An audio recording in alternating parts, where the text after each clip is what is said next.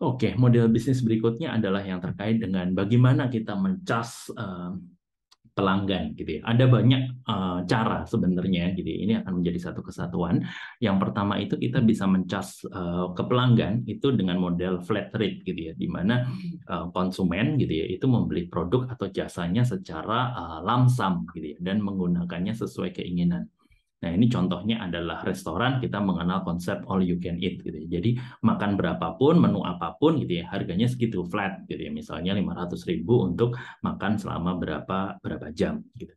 Kemudian di telekomunikasi ada juga yang menyediakan namanya unlimited call gitu ya. Dengan biaya bulanan yang fix. Misalnya 1 juta rupiah per bulan, dia bisa call unlimited gitu ya untuk yang dalam provider yang sama misalnya seperti itu. Kemudian Netflix dan juga Spotify dan juga beberapa platform yang lain biasanya juga menyediakan monthly fee ya. Jadi dia mau nonton filmnya semuanya di stream atau dia nggak pernah buka, ya dia akan bayar segitu. Dia akan membayar flat gitu ya. Kemudian PlayStation gitu ya dengan Apple Arcade gitu ya. Dia juga menyediakan langganan bulanan gitu ya yang bebas download game. Itu adalah contoh charging secara flat rate. Nah, kemudian in contrast dengan itu juga ada yang membayarnya itu per usage ya, yang disebut model bisnisnya adalah pay per use. Yaitu di sini perusahaan itu mengukur gitu ya dan mencharge penggunaan produk dan jasa gitu ya oleh customernya itu sesuai dengan effective usage-nya dia. Bisa durasi, bisa berdasarkan unit dan segala macamnya. Nah, ini contohnya adalah misalnya rental gitu ya, perusahaan dia akan nge-charge penggunaan asetnya itu sesuai dengan durasi gitu ya. Misalnya rental mobil dia nggak flat rate gitu ya, tapi kalau sehari berapa, 2 hari berapa, 2,5 hari berapa, itu secara pro rata gitu. Itu adalah pay per use. Kemudian di TV gitu ya, dia in contrast dengan Netflix yang membayar bulanan gitu ya. Kalau di TV kita mengenal adanya pay per view gitu ya. Jadi misalnya kita ingin menonton tayangan olahraga tertentu, misalnya kemarin saya menonton apa final NBA gitu ya antara Warriors sama Celtic karena kebetulan saya nggak langganan apa layanan tertentu, maka saya memilih untuk pay per view gitu ya di situsnya nba.com dan itu bisa. Gitu. Nah, kemudian juga di internet gitu ya kita mengenal adanya pay per click dan juga ada kartu go dan segala macamnya. Itu adalah contoh charging berdasarkan usage atau pay per use. Nah, kemudian juga ada gitu, kita men-charge customer itu sesuai dengan keinginan mereka, mau men-charge kita berapa, mau memberikan berapa. Itu yang disebut sebagai modal bisnis pay what you want gitu ya, yaitu pelanggan itulah yang menentukan harga produk service itu berapa gitu ya. Penjual komit menerima harga berapapun yang diberikan oleh customer gitu ya, meskipun itu zero atau negatif margin. Nah, ini model bisnisnya mungkin seperti tips gitu ya, tips untuk waiters di restoran dan segala macamnya. Itu kan nggak ada tarifnya ya, kita mau memberikan berapa aja gitu. Misalnya kita bisa memberikan 100.000, 200.000, atau 50.000, bahkan 10.000. Tips to waiters itu bebas gitu. Itu adalah konsep pay what you want.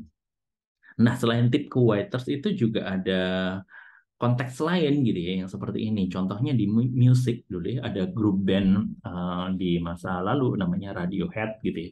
Yang dimana dia menyediakan lagu gitu ya di websitenya Radiohead. Nah, lagu itu bisa di-download gitu ya. Dan fans itu memutuskan berapa sih yang akan dibayar untuk lagu itu gitu. Jadi nggak seperti ini ya, tarif ini misalnya dulu kaset gitu ya 20.000 untuk satu ini.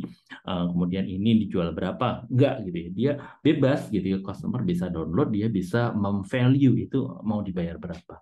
Jadi hasilnya pada waktu itu meskipun rata-rata pembayarannya itu lebih rendah daripada model konvensional, jelas gitu ya, karena customer biasanya ingin mengambil keuntungan, tapi jumlah yang di-download itu sedemikian banyak. Sehingga in total gitu ya, yang didapatkan oleh Radiohead dari lagu itu justru lebih banyak dibandingkan dengan model konvensional. Nah, kemudian juga ada model namanya Humble Bundle ya, di mana dia menyediakan koleksi online gitu ya, seperti video game, e-book, musik, dan juga lain-lainnya yang bisa di-download gitu ya. Nah, ini pelanggan yang mendownload itu bisa membayar berapapun sesuai keinginan dia, pay what you want gitu ya. Nah, itu customer yang membayar lebih gitu ya, biasanya dia akan dipajang di websitenya sehingga dia bisa aktualisasi diri. Gitu ya. Itu adalah konsep pay what you want.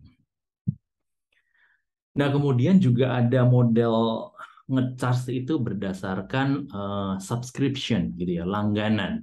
Ya ini mirip-mirip sama flat rate gitu ya, tapi konsepnya dia mengubah dari yang pembelian satuan gitu ya, menjadi langganan gitu ya. Contohnya monthly fee dan segala macamnya. Contohnya dulu ketika kita ingin membeli film gitu ya, kita membeli CD, DVD dan segala macamnya itu kan satuan ya, kita ingin beli apa. Nah, sekarang Netflix mengubahnya itu gitu ya, menjadi biaya bulanan gitu ya, di mana kita bisa menonton film yang kita mau di situ berapapun sebulannya ya segitu bayarnya. Spotify juga seperti itu. Dulu ketika kita ingin memberi lagu gitu ya, kita membeli kaset gitu ya dengan harga tertentu gitu ya. Kita ingin siapa, kita membeli kaset gitu ya. Kemudian Apple Music ya, di awal-awal juga seperti itu ya, kita download lagu harganya berapa. Nah, sekarang Spotify itu mengubahnya gitu ya. Jadi kita nggak membeli lagunya, tapi kita membeli langganannya gitu ya. Jadi per stream nanti si pemusik itu mendapatkan bagian dari konsep revenue sharing. Nah, contoh yang lainnya, nggak semua pembayaran atau charge ke customer itu dilakukan secara cash. Ada juga yang dilakukan secara barter, pertukaran. Ini model bisnis lama, tapi masih relevan sampai saat ini, gitu ya.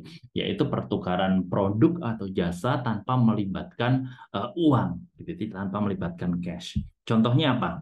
Contohnya di bidang kesehatan, gitu ya. Perusahaan farmasi atau dokter atau rumah sakit.